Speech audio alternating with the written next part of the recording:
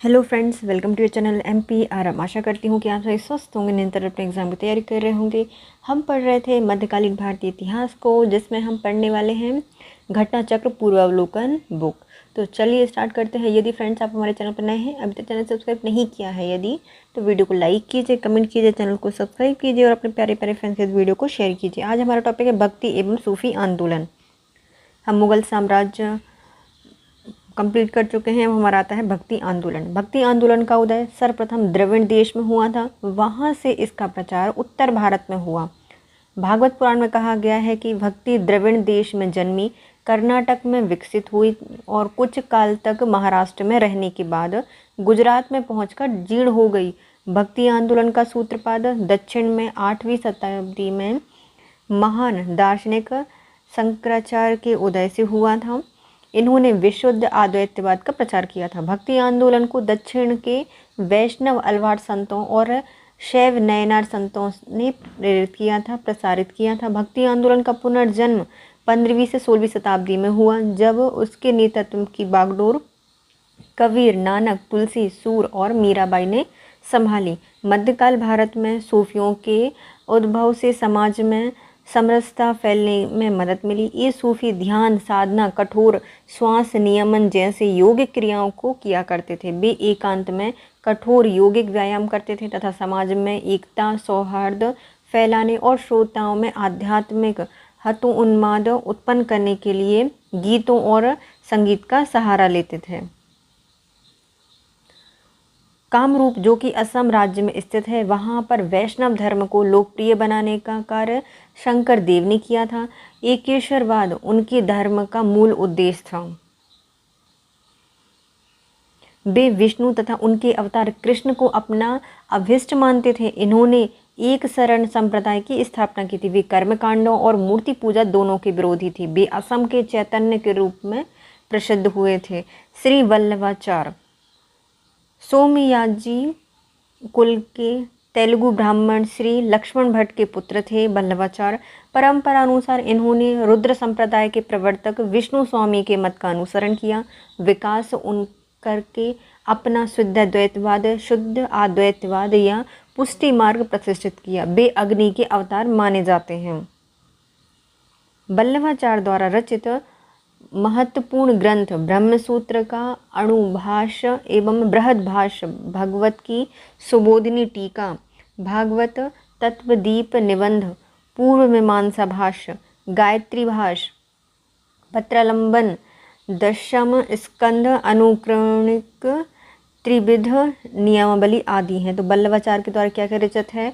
इनके द्वारा ब्रह्मसूत्र का अणुभाष्य, बृहद्भाष्य लिखा गया है, भगवद गीता की सुबोधिनी टीका, भगवत तत्वदीप निबंध, पूर्व मीमांसा भाष्य, गायत्री भाष्य, पत्रालंबन, दशम स्कंद, अनुक्रमणिका, त्रिविध नियमावली आदि। द्वैतवाद के प्रवर्तक माधवाचार्य हैं। विशिष्ट द्वैतवाद के रामानुजाचार्य और द्वैतवाद के प्रवर्तक निम्बार्काचार्य जी हैं। तो द्वैतवाद है माधवाचार्य का, विशिष्ट द्वैतवाद है रामानुजाचार्य का और द्वैतवाद के प्रवर्तक है निम्बार्काचार्य, जो कि सनक संप्रदाय से संबंधित हैं। उत्तर भारत में रामानंद भक्ति आंदोलन के प्रथम प्रवक्ता थे। इनका जन्म 1299 में प्रयाग, इलाहाबाद, प्रयागराज के कानकुब्ज ब्राह्मण परिवार में हुआ था। वे सगुण ईश्वर में विश्वास करते थे। इन्होंने सर्वप्रथम अपने संदेश का प्रचार हिंदी भाषा में किया था। कबीर, जो कि 1398 से 1518 तक माने जाते हैं, रामानंद के 12 शिष्यों में से एक थे।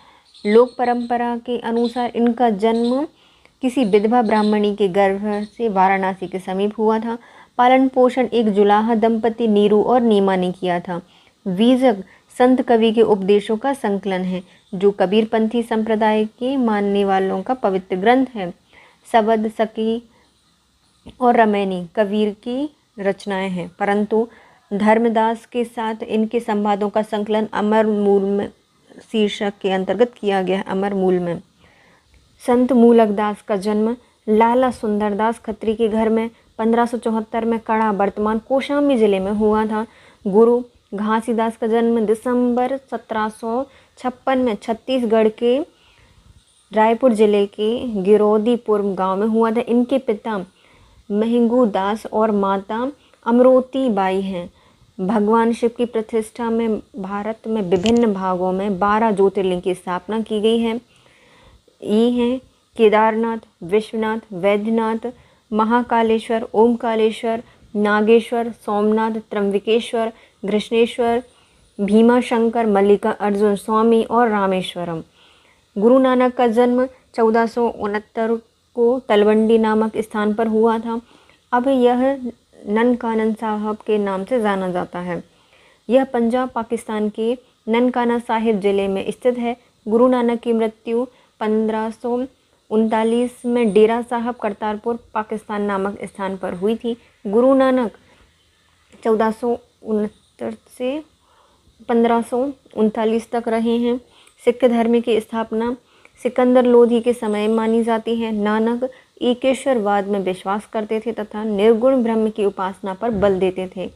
गुरु नानक का कहना था कि ईश्वर व्यक्ति के गुणों को जानता है, पर वह उनकी जाति के बारे में नहीं पूछता, क्योंकि दूसरे लोक में कोई जाति नहीं होती। गुरु नानक ने गुरु का लंगर नाम से मुफ्त सामुदायिक रसोई की शुरुआत की थी। इनके अनुयायी किसी भी जाति पर ध्यान दिए बिना एक साथ भोजन करते थे। मीराबाई मेड़ता के रतन सिंह राठौर की इकलौती पुत्री थी। इनका जन्म 1498 में मेड़ता के कुदकी नामक गांव में हुआ था। इनका विवाह उदयपुर के प्रसिद्ध शासक राणा सांगा के ज्येष्ठ पुत्र युवराज भोजराज के साथ हुआ था। महाराष्ट्र में भक्ति आंदोलन को लोकप्रिय बनाने में नामदेव जी की महत्वपूर्ण भूमिका रही है। इनका जन्म 1270 में पिंडरपुर में हुआ था। इनके गुरु विशोबा खेचर थे। नामदेव बरकरी संप्रदाय से संबंधित थे। विशोबा खेचर और खेचर नाथ नामक एक नाथपंथी कनफटे ने इन्हें रहस्यवादी जीवन की दीक्षा दी, ईश्वर के सर्वव्यापी स्वरूप से परिचय कराया। नामदेव ने कहा, एक पत्थर की पूजा होती है तो दूसरे को पैरों से रौंदा जाता है। यदि एक भगवान है तो दूसरा भी भगवान है। इनमें कुछ गीतात्मक पद गुरु ग्रंथ साहिब में संकलित किए गए हैं। किनके जो नामदेव जी हैं, इनके कुछ जो पद हैं वो किस में रखे गए हैं? गुरु ग्रंथ साहिब में संकलित किए गए हैं। तुकाराम का काल 1608 से 1649 तक माना जाता है। ऐसी मान्यता है कि 1608 में जन्मे संत तुकाराम 1649 में अदृश्य हो गए थे। वह वरकरी संप्रदाय से संबंधित थे। नेक्स्ट आते हैं दादू दयाल का समय। यह 1544 से 1603 तक था। त्यागराज का समय 1767 से 1847 तक है। यह भक्ति मार्गी कवि, कर्नाटक संगीत के महान संगीतज्ञ थे। भक्ति आंदोलन के प्रसिद्ध संत चैतन्य महाप्रभु या महाप्रभु चैतन्य, यह 1486 से 1534 तक रहे हैं। बंगाल के नादिया जिले में इनका जन्म हुआ था, संभ्रांत ब्राह्मण परिवार में। इनके पिता का नाम था जगन्नाथ मिश्र और माता का नाम था सुची देवी या सची देवी। चैतन्य के बचपन का नाम निमाई था। चैतन्य ने कृष्ण को अपना आराध्य बनाया, इन्हीं की भक्ति का प्रचार किया है। सुप्रसिद्ध भक्त संत कवि गोस्वामी तुलसीदास अकबर एवं जहांगीर के समकालीन थे। तुलसीदास ने अनेक ग्रंथ, जिनमें रामचरितमानस, विनय पत्रिका सर्वोत्तम मानी जाती है। रामचरितमानस की रचना गोस्वामी तुलसीदास जी के द्वारा 1532 से 1623 में अवधी भाषा में की गई थी। सूफी मत का जन्म भले ही विदेशी धरती पर हुआ हो, किंतु इसका तत्व पोषक भारत वेदांतवाद है। सूफी प्रेम काव्य कोमल हृदय की सुंदर और सरस अभिव्यक्ति है। कुछ विद्वानों के अनुसार सूफी मत पर 4 दार्शनिक प्रभाव थे: आर्यों का अद्वैतवाद और विशिष्टाद्वैतवाद, नव अफलातूनी मत, विचार स्वतंत्रता और इस्लाम की गुहा विद्या।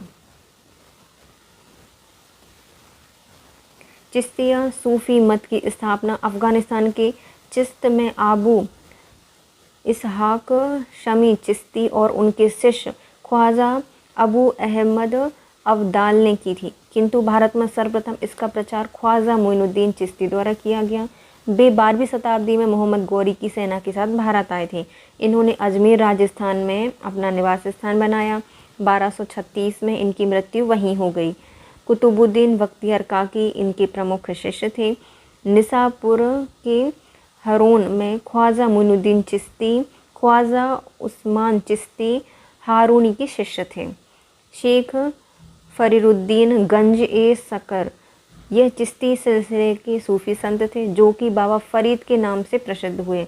इन्हीं के प्रयत्नों के फलस्वरूप चिश्तिया सिलसिले को भारत में लोकप्रियता मिली। इनका सबसे महत्वपूर्ण योगदान वे रचनाएं हैं जो गुरु ग्रंथ साहिब में संकलित की गई हैं। वे बलबन के दबान थे।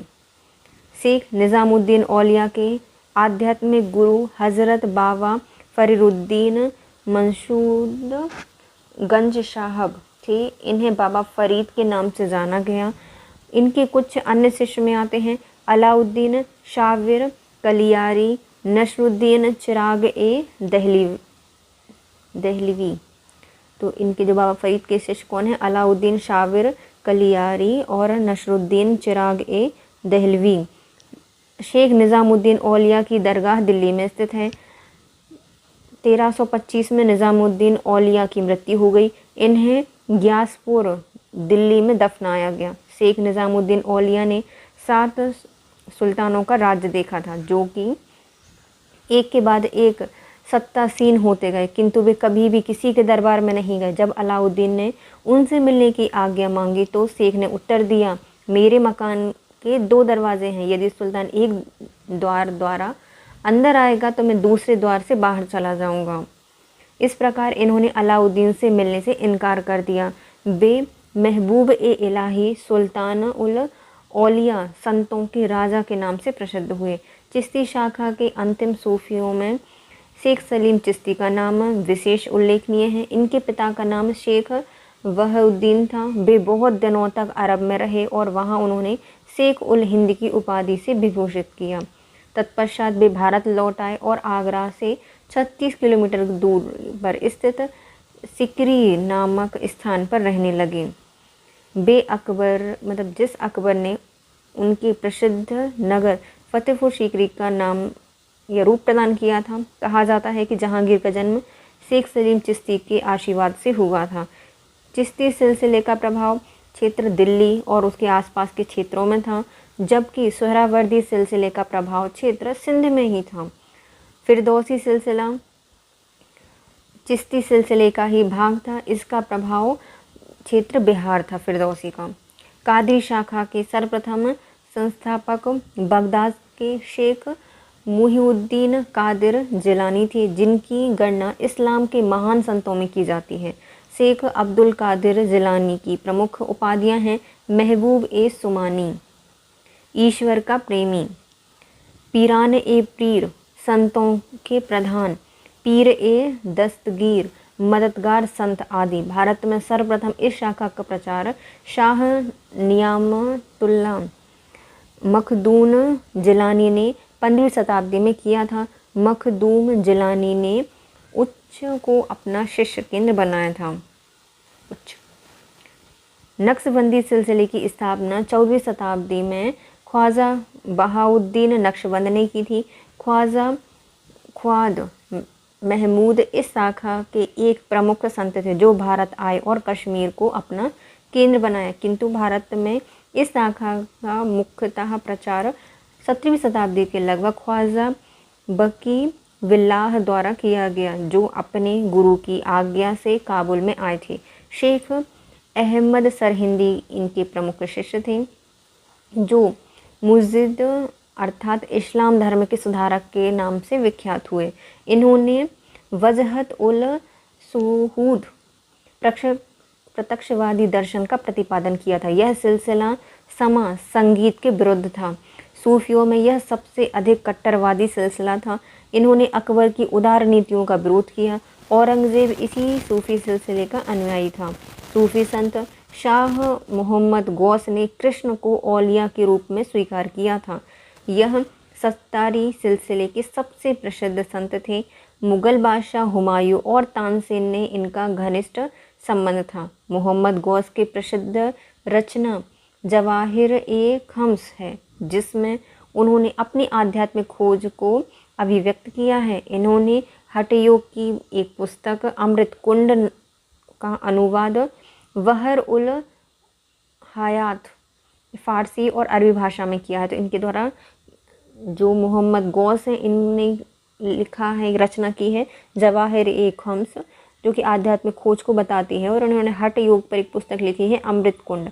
इसका अनुवाद बहर उल हयात फ़ारसी और अरबी में किया गया है। सूफ़ी संतों के निवास स्थान को खानका कहा जाता है। शमा एक सूफ़ी संगीत समारोह का नाम है। शेख सूफ़ीवाद में शिक्षण एवं मार्गदर्शन के लिए अधिकृत व्यक्तियों को कहा जाता है। इस्लाम के धार्मिक कानूनों के विद्वान को उलेमा कहा जाता है। प्रेम वाटिका काव्य ग्रंथ की रचना रसखान ने की है। इन्होंने ही कृष्ण के जीवन को पंक्तिबद्ध किया है। सुजान रसखान जी, इनकी प्रसिद्ध रचना है। रसखान की भाषा विशुद्ध ब्रज भाषा है। 12 मास की रचना मलिक मोहम्मद जायसी ने की है। जायसी की पद्मावत, अखरावट और आखिरी कलाम में से पद्मावत का हिंदी में महत्वपूर्ण स्थान है।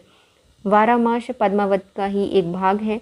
उत्तर प्रदेश के बाराबंकी से लगभग 12 किलोमीटर दूर स्थित देवा शरीफ में प्रसिद्ध सूफी संत हाजी वारिश अली शाह की मज़ार स्थित है। ईसा मसीह जीसस क्राइस्ट का जन्म लगभग 4 ईसा पूर्व में यहूदी प्रांत के वेथलम नामक नगर में हुआ था। ईसाई मान्यता के अनुसार ईसा मसीह सूली पर चढ़ जाने के 3 दिन पुनर्जीवित हुए थे। इसी की याद में ईस्टर त्यौहार मनाया जाता है। गुड फ्राइडे ईसा मसीह के शहीद दिवस के रूप में ईसाइयों द्वारा मनाया जाता है। बाइबल के अनुसार ईसा मसीह को शुक्रवार के दिन सूली दी गई थी। असीसी के संत फ्रांसिस 1181 से 1226 तक रहे हैं। ऐसे ईसाई संत थे जो कि पशु पक्षियों से प्रेम करने के लिए विख्यात थे। वेटिकन इटली में स्थित स्थल रुद्ध संप्रभु देश है। इसका कुल क्षेत्रफल लगभग 44 हेक्टेयर है, जो विश्व का सबसे छोटा जनसंख्या एवं क्षेत्रफल दोनों से ही स्वतंत्र देश है। यह रोम के पारदी, जिन्हें पोप भी कहा जाता है, उनसे संबंधित है। इसे रोम कैथोलिक चर्च की राजधानी के रूप में जाना जाता है। मदीना यह पश्चिम सऊदी अरब के हिजाज क्षेत्र में स्थित शहर है। यह मक्का के बाद इस्लाम धर्म का दूसरा पवित्र स्थल है। अब आते हैं हमारे भक्ति आंदोलन से संबंधित प्रश्न और उत्तर। तो चलिए देखते हैं। पहला क्वेश्चन है, भक्ति आंदोलन का प्रारंभ किया गया था किनके द्वारा? अलवार संत और नैनार संतों के द्वारा। तो अलवार संतों के द्वारा किया गया था। भक्ति आंदोलन का उदय सर्वप्रथम द्रविड़ देश में हुआ था, वहाँ से इसका प्रचार उत्तर में हुआ। भागवत पुराण में कहा गया है कि भक्ति द्रविड़ देश में जन्मी, कर्नाटक में विकसित हुई, कुछ काल तक महाराष्ट्र में रहने के बाद गुजरात में जाकर जीर्ण हो गई। भक्ति आंदोलन का सूत्रपात दक्षिण में 8वीं शताब्दी के महान दार्शनिक शंकराचार्य के उदय के साथ हुआ था। इन्होंने विशुद्ध अद्वैतवाद का प्रचार किया। भक्ति आंदोलन को दक्षिण में वैष्णव अलवार संतों ने और शैव नैनार संतों ने प्रसारित किया था। भक्ति संस्कृति का भारत में पुनर्जन्म हुआ है, तो ये 15वीं से 16वीं शताब्दी में दोबारा हुआ था, है ना, पुनर्जन्म हुआ था। भक्ति आंदोलन का इतिहास महान धर्म सुधारक शंकराचार्य के समय से माना जाता है। इन्होंने बौद्ध धर्म के प्रभाव को समाप्त करने के लिए 8वीं शताब्दी में अद्वैतवाद दर्शन का प्रतिपादन किया। भक्ति आंदोलन का पुनर्जन्म 15वीं-16वीं शताब्दी में हुआ था, जब इसके नेतृत्व की बागडोर कबीर, नानक, तुलसी, सूर और मीराबाई ने संभाली थी। बुद्ध मीराबाई के जन्म दर्शन में मुख्य साम्य क्या है? तो बुद्ध और मीरा दोनों ही क्या हैं? संसार को दुखपूर्ण मानते हैं। बुद्ध और मीराबाई ने जीवन दर्शन में मुख्य साम्य यह है कि दोनों ने संसार को दुखपूर्ण माना है। दुख बौद्ध धर्म के 4 आर्य सत्य में प्रथम है। कोई व्यक्ति किसी व्यक्ति से इसका धर्म, संप्रदाय या जाति ना पूछे, ये कहा था हमारे रामानंद जी के द्वारा कहा गया था। रामानंद जी ने कहा था कि उनके शिष्य में जो सभी जाति और संप्रदाय के लोग शामिल हो सकते हैं, कोई किसी का जाति नहीं पूछेगा। सभी भक्ति संतों के मध्य एक समान विशेषता थी कि उन्होंने अपनी वाणी को उसी भाषा में लिखा जिसे उनके भक्त समझते थे। भक्ति आंदोलन के संतों का आचार बहुत ऊंचा था। उनमें से बहुतों ने देश का भ्रमण किया था। वे कई प्रकार के लोगों से मिले थे। उनके विचार भिन्न थे। उन संतों ने साधारण लोगों की भाषाओं को उन्नत करने में अपना योगदान दिया था। इन्होंने हिंदी, पंजाबी, बांग्ला, तेलुगु, कन्नड़, तमिल आदि भाषाओं की उन्नति में बहुत योगदान दिया था। भक्ति आंदोलन के संत अपने उपदेश क्षेत्रीय एवं स्थानीय भाषा में देते थे ताकि वहाँ के लोग उनके उपदेश आसानी से सुन सकें, समझ सकें। इसी कारण से क्षेत्रीय भाषाओं का विकास हुआ था।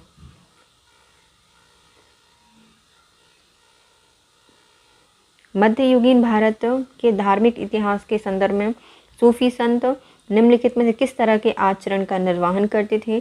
तो वह ध्यान साधना, श्वास नियमन करते थे, एकांत में कठोर योगिक व्यायाम करते थे, श्रोताओं में आध्यात्मिक हतो उन्माद उत्पन्न करने के लिए पवित्र गीतों का गान करते थे। उपयोग सभी करते थे। मध्यकालीन भारत में सूफियों का उद्भव में समाज में समरसता फैलाने में मदद मिली।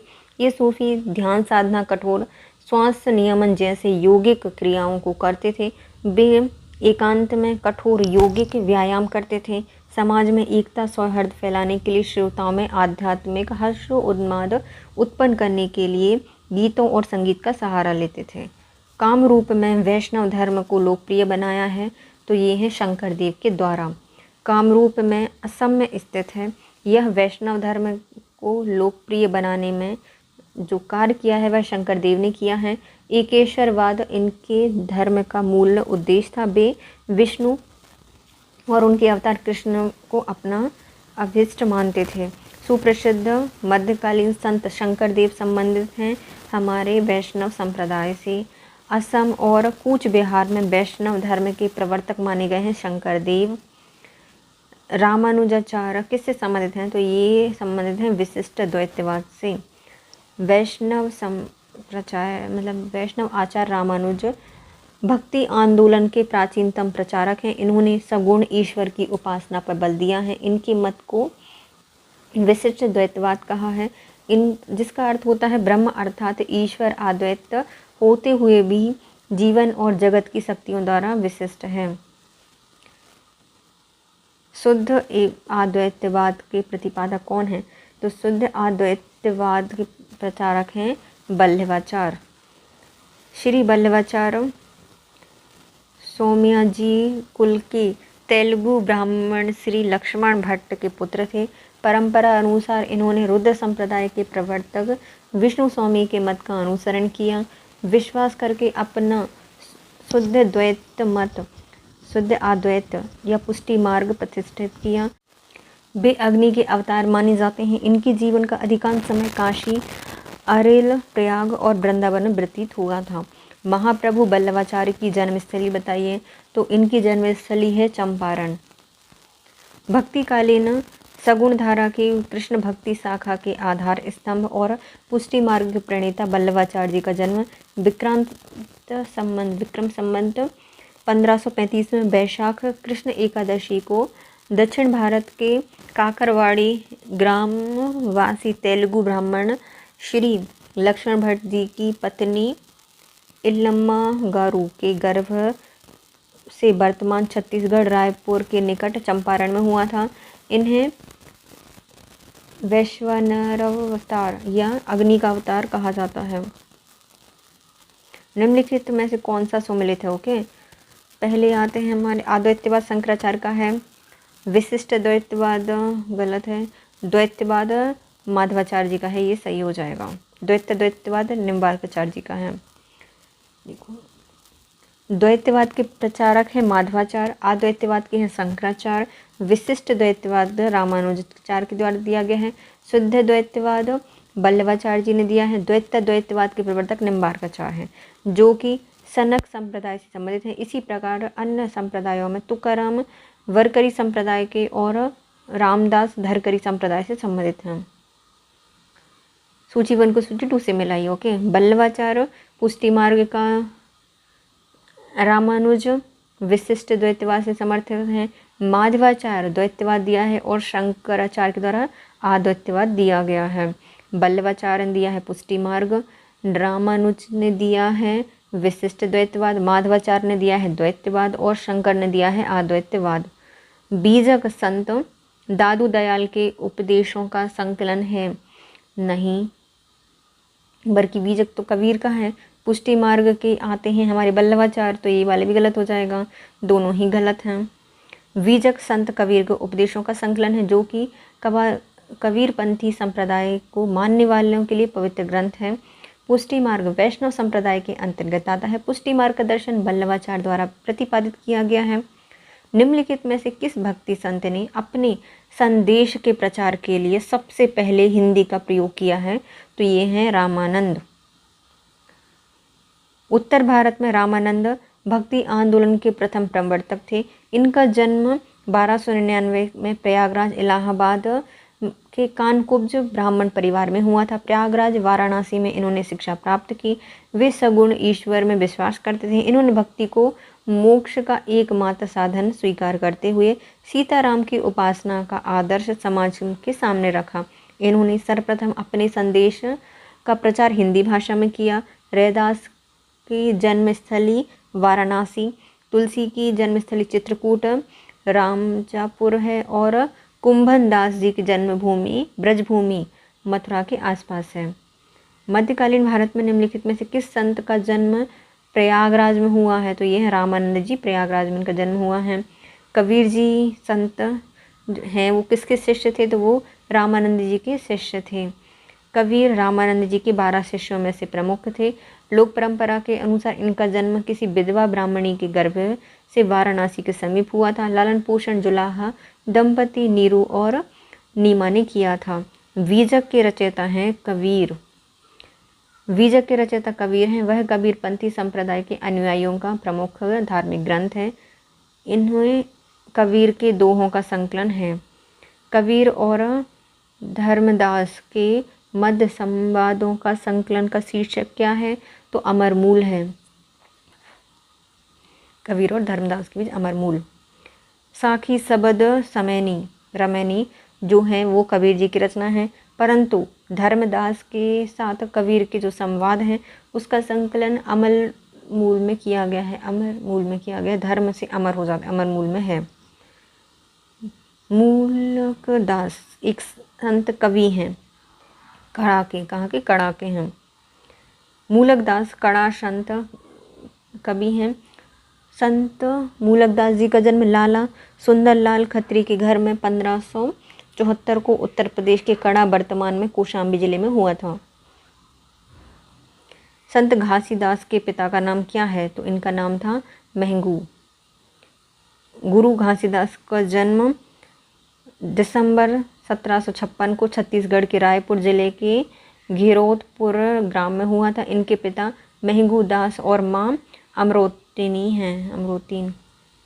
निम्नलिखित में से कौन एक सही कालानुक्रम है? पहले शंकराचार्य, फिर रामानुज और फिर चैतन्य। शंकराचार्य जी लगभग 8वीं शताब्दी में हैं। रामानुज 1017 से 1137 तक। चैतन्य महाप्रभु 1486 से 1534 तक हैं। निम्नलिखित भक्ति संतों का सही कालानुक्रम बताना है। ओके, सबसे पहले आते हैं कबीर, फिर गुरु नानक, फिर चैतन्य महाप्रभु, फिर आती हैं बाद में मीरा। कबीर ये 1300 से 1500 तक रहे हैं। गुरु नानक जी 1400 से 1500। चैतन्य महाप्रभु 1400 से 1500 रहे हैं, लेकिन 1486 से 1534 रहे हैं। और मीराबाई 1498 से 1557।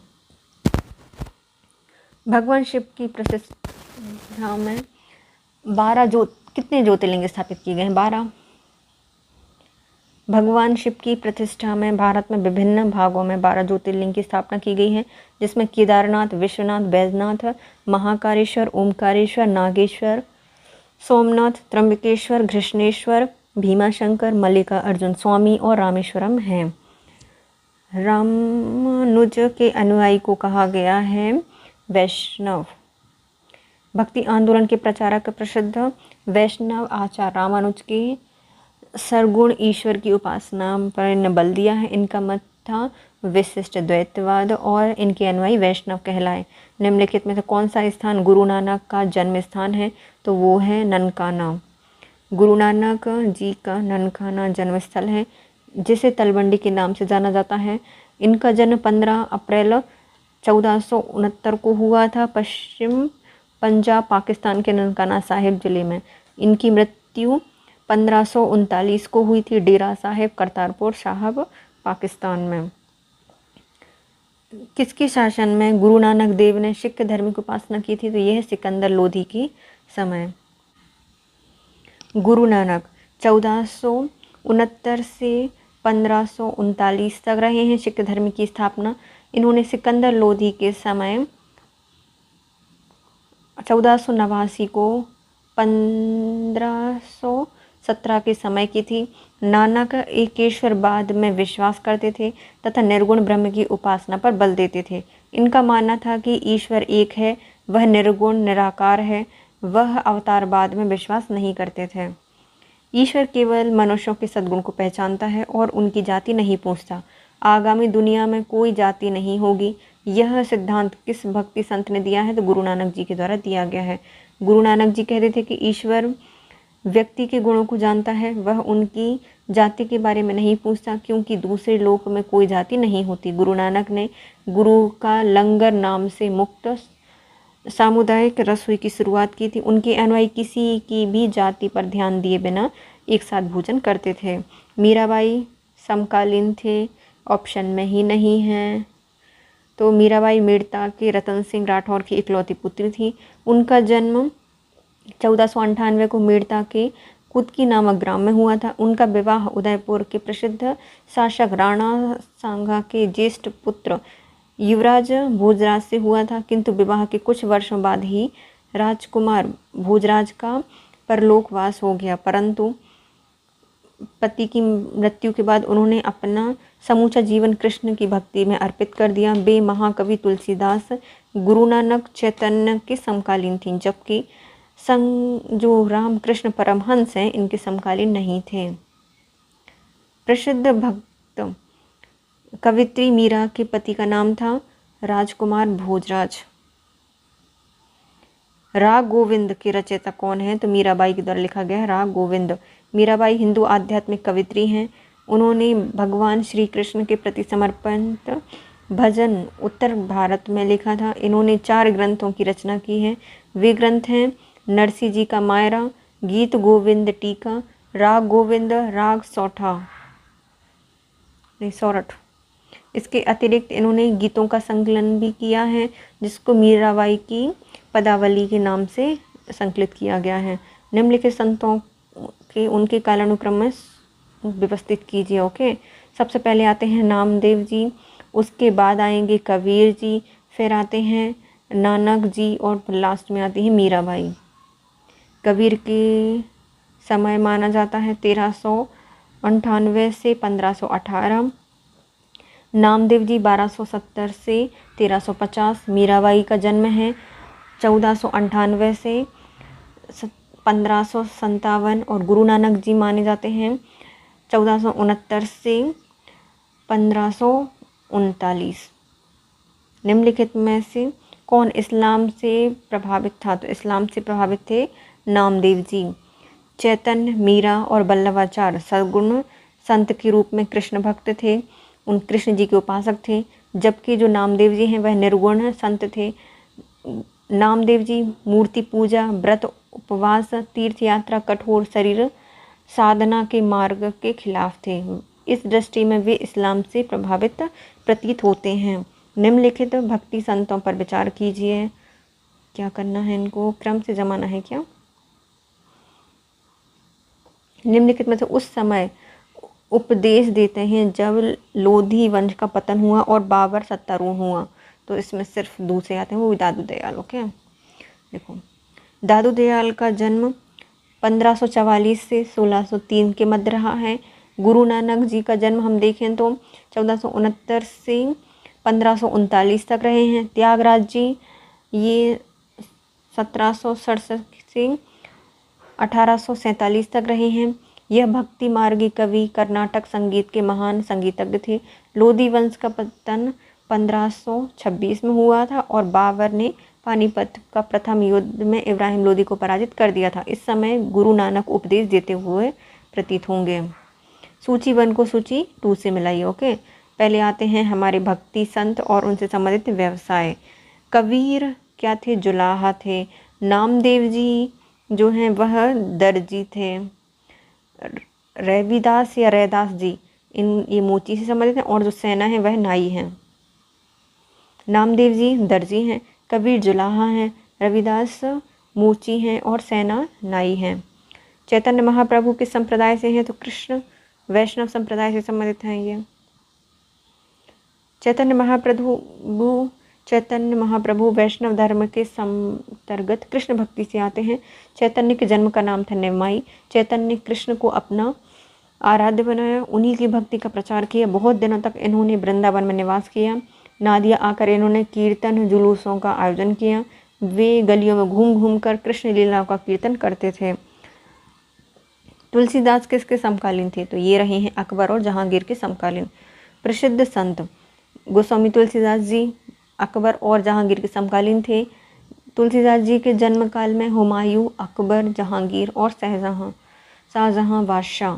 तुलसीदास ने अनेक ग्रंथ में रामचरितमानस, विनय पत्रिका सर्वोत्तम है। तुलसीदास के दरबार से कोई संबंध नहीं था। इन्होंने अपना अधिकांश जीवन बनारस में बिताया है। अबुल फजल ने आईन अकबरी में इनका नाम उल्लेख किया था। रामचरितमानस नामक ग्रंथ के रचयिता हैं। रामचरितमानस लिखी है तुलसीदास जी ने। निम्नलिखित में कौन सी रचना संत तुलसीदास जी की नहीं है?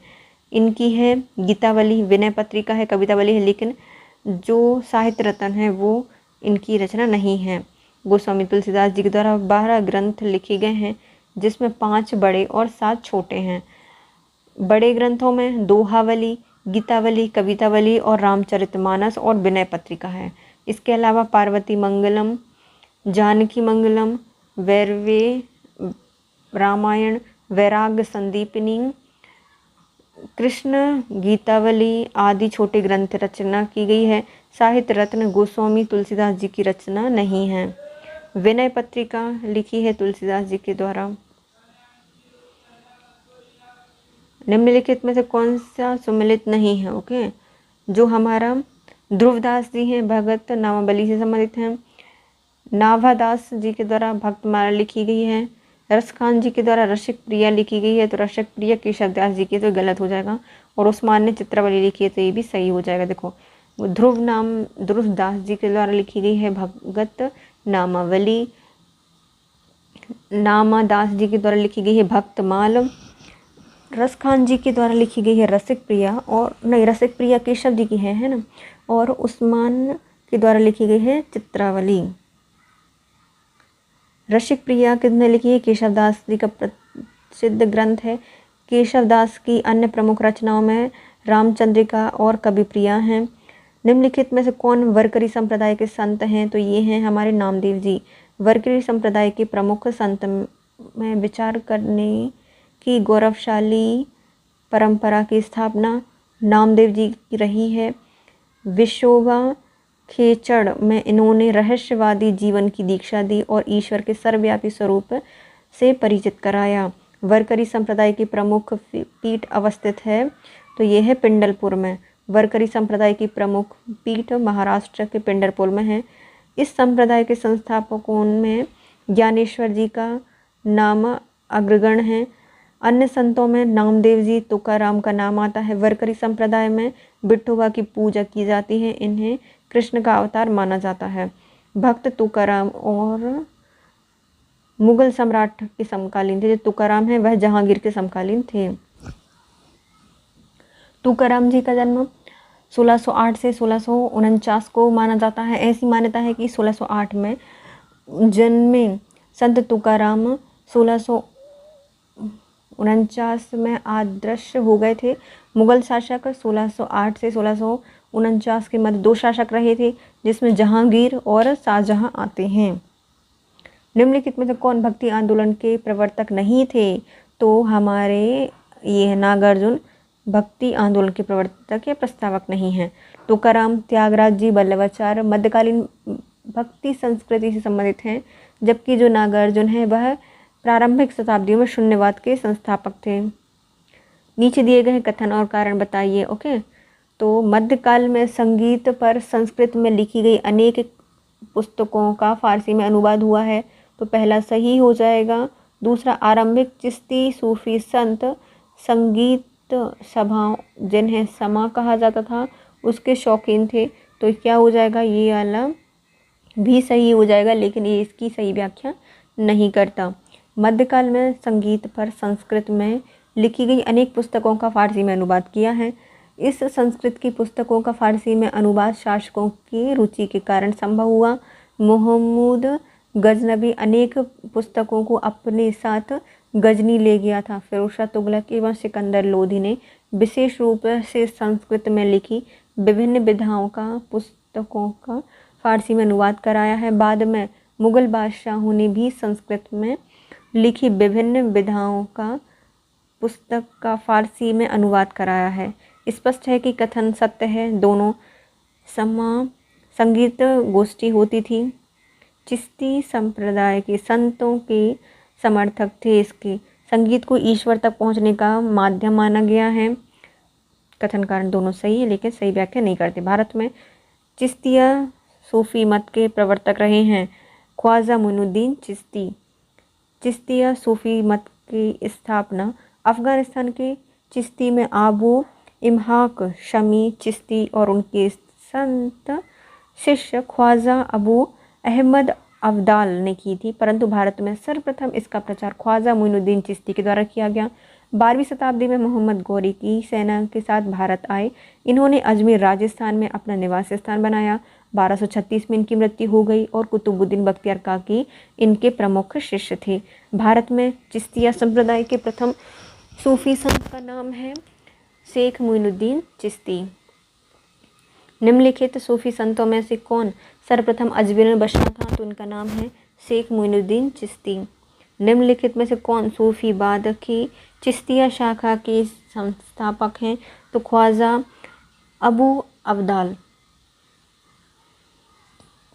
ख्वाजा मोइनुद्दीन चिश्ती किसके शिष्य थे, तो ये शिष्य हैं ख्वाजा उस्मान हारूनी के। ख्वाजा मोइनुद्दीन चिश्ती का जन्म अफ़गानिस्तान के दक्षिणी प्रांत साजिस्तान इस स्थान में लगभग 1136 में हुआ था। हिजरी 530 में हुआ था। बाद में इनके माता पिता के साथ वे खुरासान प्रांत में बस गए। निशापुरा के हारून में ख्वाजा मोइनुद्दीन चिश्ती ख्वाजा उस्मान चिश्ती हारूनी के शिष्य बने। ख्वाजा मोइनुद्दीन चिश्ती किसके शिष्य हैं, तो ये है ख्वाजा उस्मान हारूनी के। अजमेर में ख्वाजा मोइनुद्दीन चिश्ती की दरगाह पर नज़र भेंट देने वाले प्रथम मराठा सरदार कौन हैं, तो ये हैं राजा शाहू शिवाजी के पौत्र। अजमेर के ख्वाजा मोइनुद्दीन चिश्ती की दरगाह पर नज़र भेंट भेजने वाले प्रथम मराठा सरदार रहे हैं शिवाजी के पौत्र शाहू जी। शेख मोइनुद्दीन चिश्ती शिष्य हैं किसके, बाबा फरीद के शिष्य थे। नेक्स्ट आते हैं शेख निज़ामुद्दीन औलिया के आध्यात्मिक गुरु हज़रत बाबा फरीदुद्दीन मंसूद गज शंकर हैं। इन्हें बाबा फरीद के नाम से जाना जाता है। इनका जन्म वर्तमान पाकिस्तान के मुल्तान ज़िले के कोटवाल गांव में हुआ था।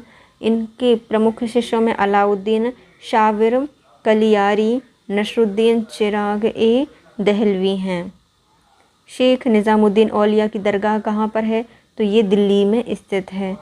चिश्ती संप्रदाय के वंश वृक्ष को देखने से पता चलता है कि बाबा फरीद के प्रमुख 2 शिष्य थे, जिसमें हज़रत निज़ामुद्दीन औलिया हज़रत अलाउद्दीन शाविर का प्रमुख महत्व था। नीचे दिए गए वक्तव्य में कथन और कारण बताइए। भारत में सूफियों के चिश्ती धर्म संघ का प्रवर्तक और सम प्रमुख व्यक्ति ख्वाजा मोइनुद्दीन चिश्ती हैं, तो पहला सही हो जाएगा। चिश्ती धर्म संघ ने अपना नाम अजमेर में स्थित गांव चिश्ती से हुआ है, नहीं तो ये वाला गलत हो जाएगा, पहला सही है। चिश्ती संप्रदाय की स्थापना अबू इशहाक शामी चिश्ती ने की थी। वे अली की 9वीं पीढ़ी के थे। वे एशिया माइनर में प्रवासित होकर अफ़गानिस्तान की स्थित चिश्त में चले गए थे, इसलिए इसका नाम चिश्ती कहलाया। परंतु भारतवर्ष में चिश्ती की विचारधारा का सबसे पहले ख्वाजा मोइनुद्दीन चिश्ती ने प्रसार किया था। जिस सूफी संत की मान्यता थी कि भक्ति संगीत ईश्वर के निकट पहुंचने का एक साधन है, ये मोइनुद्दीन चिश्ती का विचार था। भारत में चिश्ती सिलसिले के प्रचार का श्रेय शेख मोइनुद्दीन चिश्ती को प्राप्त है। वे अद्वैतवाद के परंपरागत नियमों में विश्वास करते थे और वे समा संगीत में विश्वास करते थे। उनकी मान्यता थी कि भक्ति संगीत ईश्वर के निकट पहुँचने का एक साधन है। निम्नलिखित में से कौन चिश्ती सिलसिले से संबंध नहीं है? तो हमारे जो शेख अब्दुल जीलानी है, ये चिश्ती संप्रदाय से संबंधित नहीं हैं, जबकि शायद ये कादरी से थे, है ना। जबकि ख्वाजा कुतुबुद्दीन बख्तियार काकी, शेख मोइनुद्दीन चिश्ती और शेख निज़ामुद्दीन औलिया, ये तीनों ही चिश्ती संप्रदाय से हैं। शेख ख्वाजा जिलानी का संबंध कादरिया सिलसिले से है, जबकि जो ख्वाजा मोइनुद्दीन बख्तियार काकी हैं, नहीं, कुतुबुद्दीन बख्तियार काकी हैं, शेख मोइनुद्दीन शेख निज़ामुद्दीन औलिया का संबंध चिश्ती संप्रदाय से है। भारत में सबसे पहले मोइनुद्दीन चिश्ती के द्वारा चिश्ती सिलसिले का प्रचार किया गया था। निम्नलिखित में से कौन भारत का सादी कहा जाता है? तो ये हैं अमीर हसन। अमीर हसन ए दहलवी को उनकी उच्च गज़लों के कारण उन्हें भारत का सादी कहा जाता है। निम्नलिखित में से किस सुल्तान ने निज़ामुद्दीन औलिया से भेंट करने से इनकार कर दिया था? तो ये हैं अलाउद्दीन खिलजी। इन निज़ामुद्दीन औलिया ने बोले थे कि यदि सुल्तान एक दरवाजे से आएगा हम दूसरे दरवाजे से बाहर चले जाएंगे। शेख निज़ामुद्दीन औलिया ने 7 से अधिक सुल्तानों का राज देखा है, लेकिन वह सत्तासीन होते हुए भी किसी भी सुल्तान के दरबार में नहीं गए। सुल्तान जलालुद्दीन ने शेख से मिलने के लिए बहुत प्रयास किया, यहाँ तक कि वह शेख के प्रिय शिष्य अमीर खुसरो के माध्यम से भी प्रयत्न किया, परंतु जब शेख को ज्ञात हुआ कि सुल्तान आने वाला है तो वह अजोधन चले गए। इसी प्रकार जब अलाउद्दीन ने उनसे मिलने की आज्ञा मांगी तो शेख ने उत्तर दिया, मेरे मकान में 2 दरवाजे हैं, यदि सुल्तान एक के द्वारा आएगा तो मैं दूसरे से बाहर चला जाऊंगी। इस प्रकार अलाउद्दीन से मिलने से इनकार किया था। वे महबूब ए इलाही के नाम से जाने गए। कौन सूफ़ी संत महबूब ए इलाही कहलाए हैं? तो ये हैं शेख निज़ामुद्दीन औलिया। निम्नलिखित में से कौन से सूफ़ी संत महबूब इलाही के नाम से जाने गए हैं? तो शेख निज़ामुद्दीन औलिया को कहा गया है। शेख फरीद का सर्वाधिक ख्यातिद शिष्य जिन्होंने दिल्ली के 7 सुल्तानों का शासन देखा है, वो है निज़ामुद्दीन औलिया। शेख फरीद के शिष्य शेख निज़ामुद्दीन औलिया ने दिल्ली के 7 से अधिक सुल्तानों का शासन देखा है। शेख निज़ामुद्दीन औलिया को महबूब ए इलाही, ईश्वर का प्रिय सुल्तान उल औलिया या संतों का राजा भी कहा गया है। निम्नलिखित में से किस सूफी संत के विचारों को सिख के धर्म ग्रंथ आदि ग्रंथ में संकलित किया गया है? तो ये हैं फरीरुद्दीन गंज ए शकर। फरीरुद्दीन गंज ए शकर के विचारों को आदि ग्रंथ में शामिल किया गया है। शेख फरीरुद्दीन गंज ए शकर चिश्ती सिलसिले के सूफी संत थे, जो कि बाबा फरीद के नाम से प्रसिद्ध हुए। इन्हीं के प्रयासों के फलस्वरूप चिश्तिया सिलसिले को भारत में लोकप्रियता मिली। इनका सबसे महत्वपूर्ण योगदान वे रचनाएं हैं जो गुरु ग्रंथ साहिब में संकलित हैं। वे बलबंत के दमान थे। इन्होंने हाशी अजोधन को अपने क्रियाकलापों का केंद्र बनाया था। प्रसिद्ध संत सलीम चिश्ती कहाँ रहते थे? तो ये फतेहपुर सीकरी में रहते थे। चिश्ती शाखा के प्रसिद्ध सूफियों में शेख सलीम चिश्ती का नाम विशेष उल्लेखनीय है। इनके पिता का नाम शेख बहाउद्दीन था। वो बहुत दिनों तक अफ़गान में रहे और वहाँ उन्हें शेख उल हिंद की उपाधि से विभूषित किया गया। तत्पश्चात वे भारत लौट आए। आगरा से 36 किलोमीटर दूर सीकरी नामक स्थान पर रहने लगे, जिसे अकबर ने अपने प्रसिद्ध नगर फतेहपुर सीकरी के रूप में प्रदान किया था। निम्नलिखित में से शेख उल हिंद की उपाधि प्रदान की गई थी शेख सलीम चिश्ती को। निम्नलिखित में से किसे चिश्ती संत को चिराग ए दिल्ली कहा जाता है? तो ये हैं नसरुद्दीन को चिराग ए दिल्ली कहा जाता है। शेख नसरुद्दीन महमूद शेख निज़ामुद्दीन औलिया के प्रमुख शिष्य थे। यह अपनी पदवी चिराग ए दिल्ली अर्थात दिल्ली के चिराग के नाम से अधिक प्रसिद्ध हुए हैं। निम्नलिखित में से कौन अधिक सुमिलित नहीं है? तो शेख मोइनुद्दीन चिश्ती अजमेर से संबंधित हैं, शेख बुरहानुद्दीन गरीब दौलताबाद से संबंधित हैं, शेख मोहम्मद हुसैनी गुलबर्गा से हैं, लेकिन शेख निज़ामुद्दीन औलिया मुल्तान से नहीं बल्कि ये कहाँ से हैं? सीकरी से, दिल्ली से। शेख निज़ामुद्दीन औलिया चिश्ती संप्रदाय के सूफी संत हैं। इन्हें महबूब ए इलाही कहा जाता है। इनका जन्म बदायूं से हुआ था। प्रारंभ में बाबा फरीद के साथ अजोधन पाकिस्तान में रहे, बाद में दिल्ली चले गए। दिल्ली में स्थित निज़ामुद्दीन औलिया का मकबरा सूफी काल का पवित्र दरगाह है। ये दो सूची 1 को सूची 2 से मिलाइए। ओके, ख्वाजा मोइनुद्दीन चिश्ती, ये चिश्ती संप्रदाय से हैं। फिर शेख अहमद सरहिंदी, ये नक्शबंदी से संबंधित है। दारा शिकोह का संबंध है कादरी से। और जो शेख शहाबुद्दीन हैं वो हैं सोहरावर्दी से। शेख ख्वाजा मोइनुद्दीन चिश्ती चिश्ती संप्रदाय से, शेख अहमद सरहिंदी नक्शबंदी से, दारा शिकोह कादरी से और शेख शहाबुद्दीन सोहरावर्दी से संबंधित हैं। भारतीय इतिहास में सूफीवाद के संदर्भ में निम्नलिखित कथनों पर विचार कीजिए। शेख अहमद सरहिंदी इब्राहिम लोधी के समकालीन थे, तो पहला क्या हो जाएगा? गलत है। दूसरा, शेख नसरुद्दीन चिराग ए दिल्ली शेख निज़ामुद्दीन औलिया के शिष्य थे, तो ये वाला सही है। औरंगज़ेब शेख सलीम चिश्ती के समकालीन था, गलत है। भारत में सूफियों की कादरी पद्धति सबसे पहले शेख नियामतुल्लाह और मखदूम मोहम्मद जिलानी द्वारा लागू की गई थी, तो ये भी सही है। तो दूसरा और चौथा सही हो जाएंगे। शेख अहमद सरहिंदी जो मुजहिद अलिफ सानी के नाम से प्रसिद्ध थे, नक्शबंदी सिलसिले के प्रसिद्ध संत थे। बे अकबर जहांगीर के समकालीन थे। इन्होंने ईश्वर के साथ एक तत्व या वजहद उल वाजूद के रहस्यवादी दर्शन के स्थान पर प्रत्यक्षवादी दर्शन यह वजहत उल सुहूद का प्रतिपादन किया है। शेख नसरुद्दीन चिरागी दिल्ली ख्वाजा निज़ामुद्दीन औलिया के प्रमुख शिष्यों में से एक थे। इन्होंने अपने पीर गुरु के उपदेशों का प्रचार किया, किंतु वे उतने उदार प्रवृत्ति के नहीं हो सके।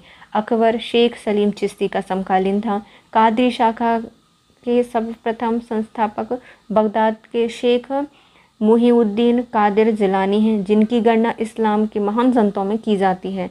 भारत में सर्वप्रथम उस शाखा का प्रचार शाह नियामतुल्लाह और मखदूम जिलानी ने 15वीं शताब्दी में किया था। मखदूम जिलानी ने उच्च को अपना शिक्षा केंद्र बनाया था। हठ योग के संदर्भ में सही कथन बताइए। हठ योग नाथपंथियों द्वारा अपनाया गया था, सही है। हठ योग क्रिया को सूफी संतों ने भी अपनाया था, तो ये भी सही है, दोनों सही हो जाएंगे। भारत में हठ योग को नाथ संप्रदाय के योगियों द्वारा अपनाया जाता है। नाथ संप्रदाय के संस्थापक माने जाने वाले गुरु मतीन्द्रनाथ और उनके शिष्य गुरु गोरखनाथ ने हठ परंपरा की नींव रखी थी। हठ योग परंपरा की नींव रखी। हठ योग की क्रियाओं को सूफी संतों द्वारा भी अपनाया गया। सतारी सिलसिले के सूफी संत मोहम्मद गौस ग्वालियरी की फारसी पुस्तक बहर अल हयात में हठ योग संबंधी क्रियाओं का चित्रण मिलता है।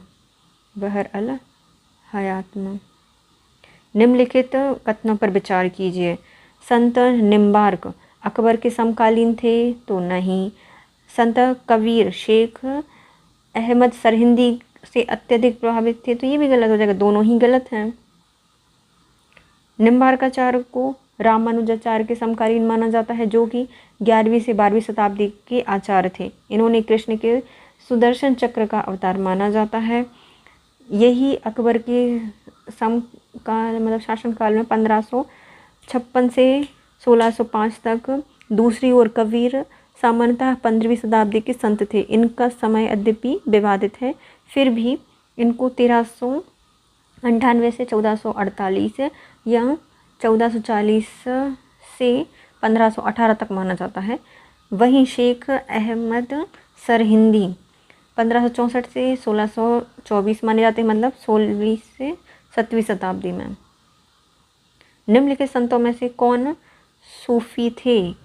तो सूफ़ी रहे हैं हमारे निज़ामुद्दीन औलिया और मोइनुद्दीन चिश्ती, ये दोनों ही सूफ़ी संत थे।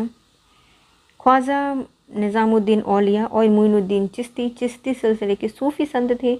भारत में सर्वप्रथम चिश्ती सिलसिले का प्रचार ख्वाजा मोइनुद्दीन चिश्ती द्वारा किया गया है। इन्होंने अपनी गतिविधियों का प्रमुख केंद्र अजमेर को बनाया। निज़ामुद्दीन औलिया अपने उदार एवं सहिष्णु दृष्टिकोण के कारण महबूब ए इलाही के नाम से प्रसिद्ध हुए।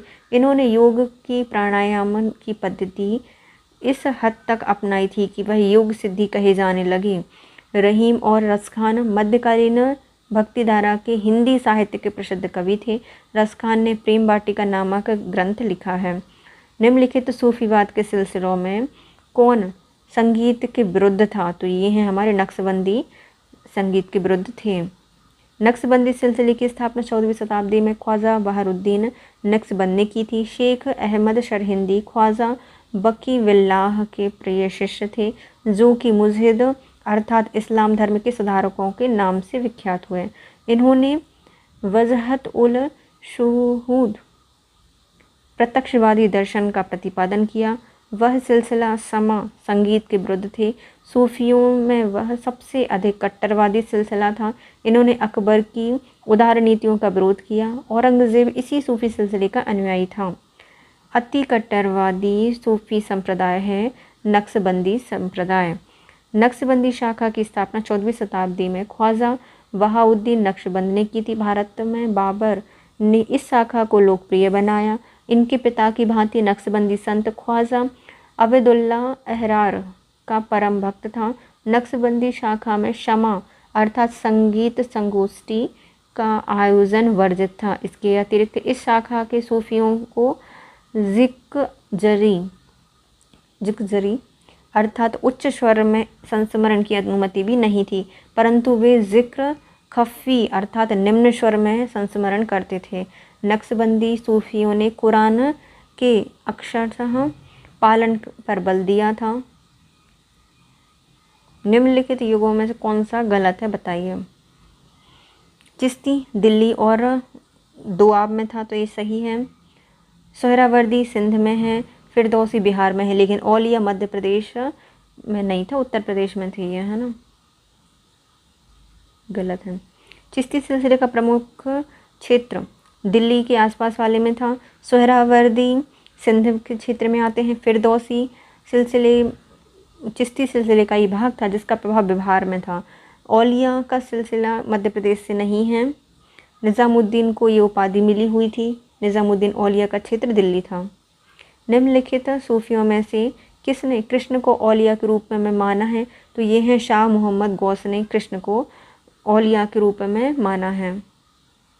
सूफी संत शाह मोहम्मद गौस ने कृष्ण को औलिया के रूप में स्वीकार किया। वह सत्तारी सिलसिले के सबसे प्रसिद्ध संत थे। मुग़ल बादशाह हुमायूं और तानसेन से उनका घनिष्ठ संबंध था। सत्तारी संतों ने हिंदू एवं मुसलमानों के धार्मिक विचारों रीतियों में समानता देखकर उन्हें निकट लाने का प्रयास किया था। शेख बहरुद्दीन ज़कारिया किस संप्रदाय से हैं? तो इनका संबंध है सोहरावर्दी संप्रदाय से। भारतवर्ष में सोहरावर्दी संप्रदाय शेख बहाउद्दीन ज़कारिया से प्रारंभ हुआ। सूफियों ने इस संप्रदाय में शेख सदउद्दीन आरिफ, शेख रुकनुद्दीन, अबुल फतह और शेख जलालुद्दीन सुर्ख आदि हुए हैं। इस संप्रदाय के प्रमुख सुखमय जीवन पर बल देते हैं। धन संपत्ति को साधना में बाधक नहीं मानते। निम्नलिखित में से किसका संबंध सूफीवाद से नहीं है? तो उलेमा सूफीवाद से संबंधित नहीं थे। सूफीवादी संतों के निवास स्थान को खानकाह कहा गया है। शमा एक सूफी समारोह का नाम है। शेख सूफीवाद में शिक्षण एवं मार्गदर्शन के लिए अधिकृत व्यक्ति को कहा गया है। इस्लाम में धार्मिक कानूनों के विद्वानों को उलेमा कहा गया है। इनका संबंध सूफीवाद से नहीं है। निम्नलिखित में से कृष्ण जीवन परक प्रेम वाटिका काव्य की रचना की है रसखान के द्वारा। प्रेम वाटिका काव्य ग्रंथ की रचना रसखान के द्वारा की गई है। इन्होंने कृष्ण के जीवन को पंक्तिबद्ध किया है। सुजान खान भी इनकी प्रसिद्ध रचना है। रसखान की भाषा विशुद्ध ब्रज भाषा थी। निम्नलिखित में से किस एक भक्ति आंदोलन से जुड़े नहीं हैं। तो ये है अमीर खुसरो भक्ति आंदोलन से नहीं जुड़े। अमीर खुसरो का मूल नाम अबुल हसन यामिनुद्दीन खुसरो था। अमीर खुसरो अपने समय के एक महान कवि और विद्वान थे। वह भक्ति आंदोलन से संबंधित नहीं थे। चैतन्य महाप्रभु ने मध्य गौड़ीय संप्रदाय की स्थापना की है। बल्लवाचार्य वैष्णव धर्म के कृष्ण मार्गी शाखा के दूसरे महान संत हैं। गुरु नानक का जन्म पंजाब में एक खत्री परिवार में हुआ था। इन्होंने निराकार ईश्वर की कल्पना की थी। इस निराकार ईश्वर को इन्होंने अकाल पुरुष की संज्ञा दी है। 12 मास की रचना किसने की है? तो ये की गई है मलिक मोहम्मद जायसी के द्वारा। 12 मासा की रचना मलिक मोहम्मद जायसी ने की है। जायसी की एक पद्मावत अखरावट आखिरी कलाम में पद्मावत हिंदी का साहित्य महत्वपूर्ण है। 12 मासा पद्मावत की यहाँ एक भाग है। सूची 1 को सूची 2 से मिलाइए। मुल्ला दाऊद के द्वारा लिखा गया है चंदायन। दामोदर कवि ने लिखी है पद्मावती की कथा। सोमनाथ ने लिखा है राग प्रबोध और अमीर खुसरो के द्वारा लिखी गई है आशिका। मुल्ला दाऊद चंद्रायन से संबंधित हैं। दामोदर कवि का संबंध है पद्मावती कथा से। सोमनाथ राग विभोज से संबंधित हैं। अमीर खुसरो के द्वारा लिखी गई है आशिका। प्रतिवर्ष प्रसिद्ध सूफी संत हाजी वारिश अली शाह की मज़ार का मेला लगता है। कहाँ लगता है? तो ये लगाया जाता है देवा शरीफ में। कहाँ पे लगा है? देवा शरीफ में लगाया जाता है। उत्तर प्रदेश के बाराबंकी से लगभग 12 किलोमीटर दूर स्थित देवा शरीफ में प्रसिद्ध सूफी संत हाजी वारिश अली शाह की मज़ार स्थित है, जहाँ प्रतिवर्ष मेला लगता है। क्राइस्ट का जन्म हुआ था बेथलहम में। ईसा मसीह जिन्हें जीसस क्राइस्ट कहा जाता है, इनका जन्म 4 ईसा पूर्व में यहूदिया प्रांत बेथलहम नामक स्थान में हुआ था। ईस्टर त्यौहार के पीछे ईसाइयों की भावना है कि इस दिन ईसा पुनर्जीवित हुए थे। ईसाई मान्यताओं के अनुसार ईसा मसीह सूली पर चढ़ाए जाने के तीसरे दिन पुनर्जीवित हुए थे। इसी की याद में ईस्टर त्यौहार मनाया जाता है। कौन सा ईसाई संत पशु पक्षियों में प्रेम रखते थे? तो इनका नाम है असीसी के संत फ्रांसिस। 1181 से 1226 तक रहे हैं। इन्होंने ईसाई संत कहे जाते हैं जो कि पशु पक्षियों में प्रेम के लिए व्याख्यात थे। ईसाइयों का गुड फ्राइडे क्यों मनाया जाता है? ईसा मसीह को सूली पर चढ़ाया गया था, इसलिए मनाया जाता है good Friday. Good Friday Isa Masih के शहीद दिवस के रूप में ईसाइयों द्वारा मनाया जाता है। बाइबल के अनुसार ईसा मसीह को शुक्रवार फ्राइडे के दिन फांसी दी गई थी। इसके साथ हमारा आज का टॉपिक कंप्लीट होता है। नेक्स्ट में हम पढ़ने वाले हैं मुगल वंश बाबर।